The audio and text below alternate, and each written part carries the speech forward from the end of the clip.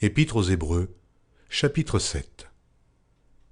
En effet, ce Melchisédek, roi de Salem, sacrificateur du Dieu Très-Haut, qui alla au-devant d'Abraham lorsqu'il revenait de la défaite des rois, qui le bénit, et à qui Abraham donna la dîme de tout, qui est d'abord roi de justice d'après la signification de son nom, ensuite roi de Salem, c'est-à-dire roi de paix, qui est sans père, sans mère, sans généalogie, qui n'a ni commencement de jour ni fin de vie, mais qui est rendu semblable au Fils de Dieu, ce Melchisédek, demeure sacrificateur à perpétuité.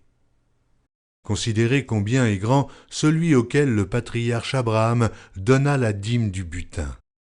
Ceux des fils de Lévi qui exercent le sacerdoce ont, d'après la loi, l'ordre de lever la dîme sur le peuple, c'est-à-dire sur leurs frères, qui cependant sont issus des reins d'Abraham. Et lui, qui ne tirait pas de son origine, il leva la dîme sur Abraham, et il bénit celui qui avait les promesses. Or c'est sans contredit l'inférieur qui est béni par le supérieur. Et ici, ceux qui perçoivent la dîme sont des hommes mortels. Mais là, c'est celui dont il est attesté qu'il est vivant. De plus, Lévi, qui perçoit la dîme, l'a payée pour ainsi dire par Abraham.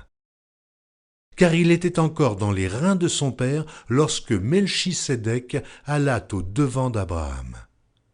Si donc la perfection avait été possible par le sacerdoce lévitique, car c'est sur ce sacerdoce que repose la loi donnée au peuple, qu'était-il encore besoin qu'il parût un autre sacrificateur selon l'ordre de Melchisédek, et non selon l'ordre d'Aaron? Car le sacerdoce étant changé, nécessairement aussi il y a un changement de loi. En effet, celui de qui ces choses sont dites appartient à une autre tribu, dont aucun membre n'a fait le service de l'autel. Car il est notoire que notre Seigneur est sorti de Juda, tribu dont Moïse n'a rien dit pour ce qui concerne le sacerdoce. Cela devient plus évident encore quand il paraît un autre sacrificateur à la ressemblance de Melchisédek, institué non d'après la loi d'une ordonnance charnelle, mais selon la puissance d'une vie impérissable. Car ce témoignage lui est rendu. Tu es sacrificateur pour toujours, selon l'ordre de Melchisédek. Il y a ainsi abolition d'une ordonnance antérieure, à cause de son impuissance et de son inutilité. Car la loi n'a rien amené à la perfection, et introduction d'une meilleure espérance par laquelle nous nous approchons de Dieu.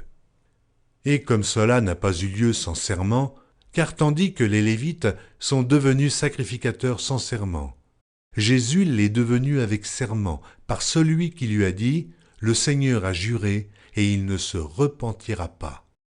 Tu es sacrificateur pour toujours, selon l'ordre de Melchisédek. » Jésus est par cela même le garant d'une alliance plus excellente. De plus, il y a eu des sacrificateurs en grand nombre, parce que la mort les empêchait d'être permanents. Mais lui, parce qu'il demeure éternellement, possède un sacerdoce qui n'est pas transmissible. C'est aussi pour cela qu'il peut sauver parfaitement ceux qui s'approchent de Dieu par lui, étant toujours vivant pour intercéder en leur faveur.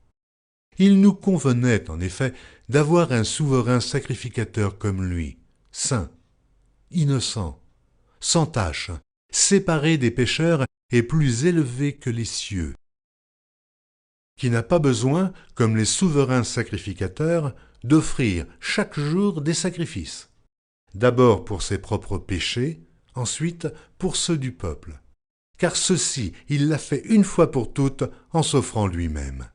En effet, la loi établit souverains sacrificateurs des hommes sujets à la faiblesse, mais la parole du serment, qui a été faite après la loi, établit le Fils qui est parfait pour l'éternité.